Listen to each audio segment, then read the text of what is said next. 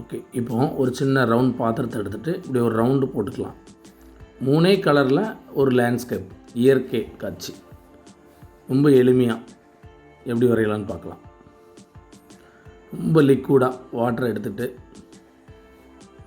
எல்லோவும் அதில் அப்ளை பண்ணுறேன். வாட்டரை அதிகமாக சேர்த்துட்டு ஸ்பீடாக பண்ணலாம். ரவுண்ட் ப்ரெஸ் யூஸ் பண்ணிவிட்டு அடுத்து கொஞ்சம் கலரை திக்காக வைக்கணும்.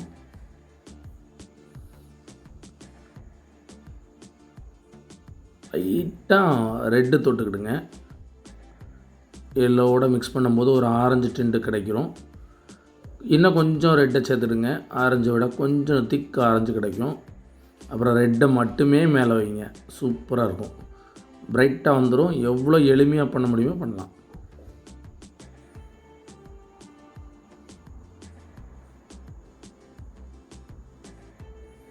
லைட்டாக பிளாக் ஆட் பண்ணுறேன் கீழே வைக்கிறதுக்கு. இது வந்து ப்ரௌன் சேர்க்குறேன். அந்த ஏற்கனவே வாட்ரு இருக்குல்ல, அந்த வாட்ரு வந்து மெர்ஜ் ஆகுது. லைட்டாக ஷேடிங், லைட்டாக ஷேட் ஆகுது. கலர் சூப்பராக பிரைட்டாக வரும். அடுத்து ரெட்டோட இன்னும் கொஞ்சம் பிளாக் சேர்க்குறேன். கொஞ்சம் டெப்த்து ஏறுது. ப்ரௌன், நல்ல டார்க் ப்ரௌன் மாதிரி கீழே வைக்கிறேன்.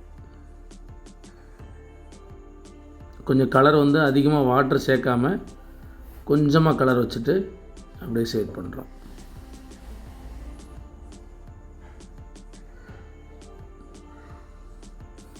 இப்போ லைட்டாக வாட்டரை சேர்த்துட்டு மெர்ஜ் பண்ணி விட்றேன்.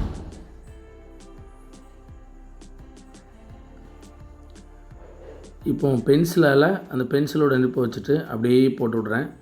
அந்த கிராஸ் மாதிரி தெரியும். லைட்டாக அந்த ஈரமாக இருக்கும்போதே கீழே ஈரமாக இருக்கணும், மேலே ஈரமாக இருக்கணும்னு அவசியம் இல்லை, கீழே மட்டும்.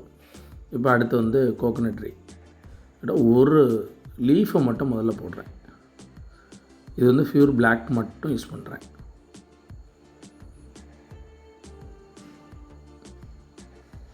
அடுத்து கொஞ்சம் சின்னதாக குட்டியாக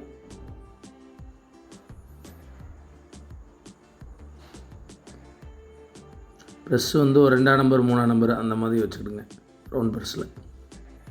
கிட்டத்தட்ட முடிஞ்சிச்சு. ரொம்ப அழகாக வந்துருச்சு ஈஸியாக. கீழேயும் லைட்டாக ஒரு டெப்த்துக்காக பிளாக் வச்சு கிராஸ் லைன் போடுறேன். அவ்வளோதான். ரொம்ப எளிமையான ஒரு படம். வரைஞ்சி பாருங்கள், முயற்சி செய்யலாம்.